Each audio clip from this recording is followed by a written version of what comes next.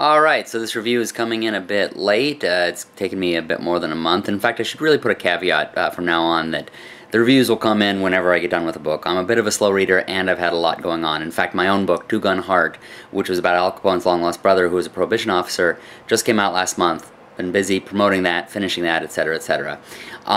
So the next books will come when they can. In the meantime, I finished this called Mobsters, Gangs, Crooks, and Other Creeps by Joe Bruno. And essentially it's like short stories of, as it says, Mobsters, Gangs, Crooks, and Other Creeps. Essentially there'll be like a short story about one mobster, then a short story about, as he says, a creep. It's hard to sort of say, you know, give him any other word. Another short story about a crook, etc., etc. One of the stories in there was about Al Capone, and it was sort of his gangland life in the form of a short story. And of course, since I've been doing so much research in that regard, I knew what he was talking about. I was able to kind of check his accuracy, and that particular part was accurate, and in fact the rest of it seemed to be accurate as far as I can tell. He sourced a lot of his material at the end, and it's an interesting issue to talk about because a lot of times people they have difficulty trusting when it's a self-published book, and there's almost this sense of, well, if it was traditionally published, it must have been checked by editors, you know, and looked over, etc., etc. And I'm coming to you telling you that's not necessarily true. I've worked with traditional publishers, and primarily their motivation is to make money.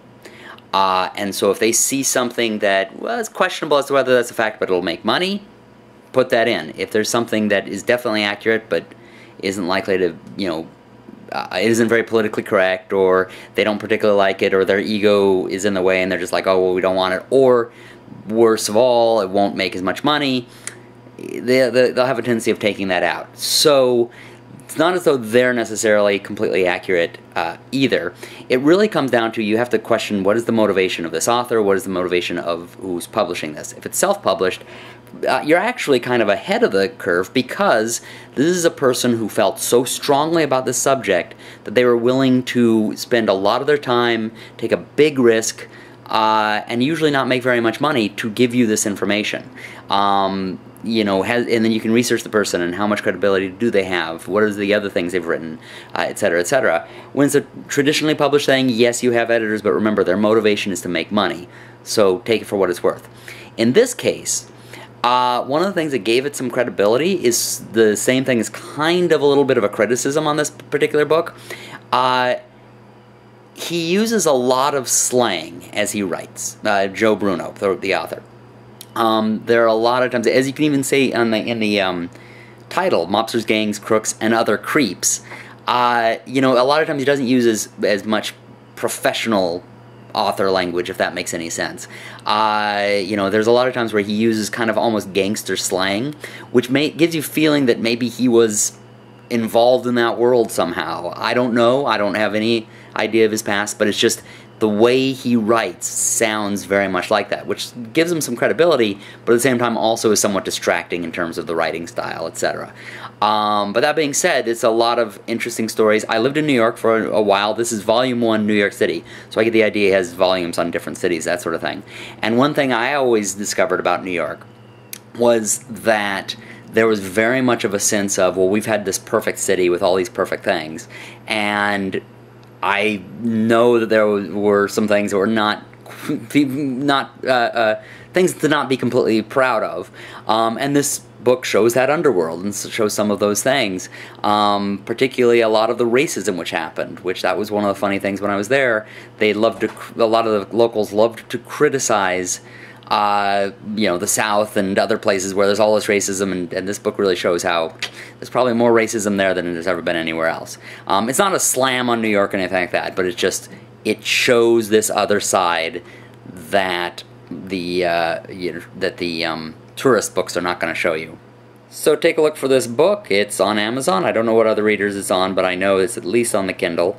I think there's even a paperback. I'm not quite certain, but take a look for that. And overall, I recommend it. It's just sometimes the language gets a little bit slangy if that's a word. I'm going to make that a word right now. Slangy. So now I need to figure out what book I'm going to review next. It's not going to be nonfiction, since I finished my own nonfiction book. Now I want to get into the mood of something else. It's going to be Relic Worlds is my next book, which is science fiction. So I want to get something science fiction-y, fantasy-ish, something that's, you know, creative. What's that? Some kind of music playing. Well, it might have something to do with the book that I chose. I didn't get any suggestions, so I chose this one called The Ables by Jeremy Scott. Now, he runs another channel, which is absolutely great. I'm going to put a box somewhere here of it that will link to his channel.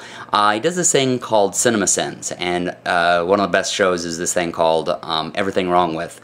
And he talks about everything wrong with these various movies, which I love because I worked in the film industry for 20 years, and these movies deserve it. These filmmakers usually deserve it with their gigantic egos.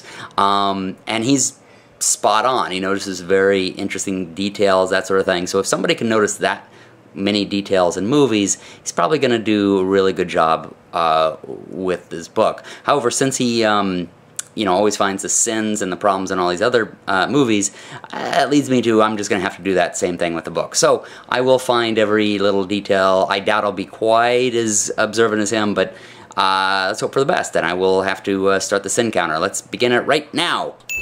Or maybe here. I don't know where I put the little ding. And there's my cat. So I will see you next time, whenever that is. Oh, I'll have to check my weight here. Just a second, cat. What's my weight?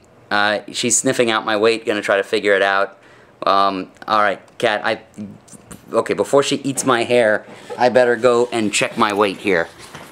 Alright, that's the scale. I don't remember what it was last time. I'll have to look back at the video. Ooh, 211 pounds. I thought it was gonna be 2,114. Can't remember if that's more or less than last time. Those of you looking at these videos will be able to tell. But I'll be walking as I read Jeremy Scott's book, The Ables. In the meantime, take a look at it yourself. Maybe we can have a discussion on it. I'm not sure when I'll be done and when it'll be when I'll have the next review, but hopefully it'll be, you know, just over a month or so. Anyway, with that in mind, keep on reading independent books.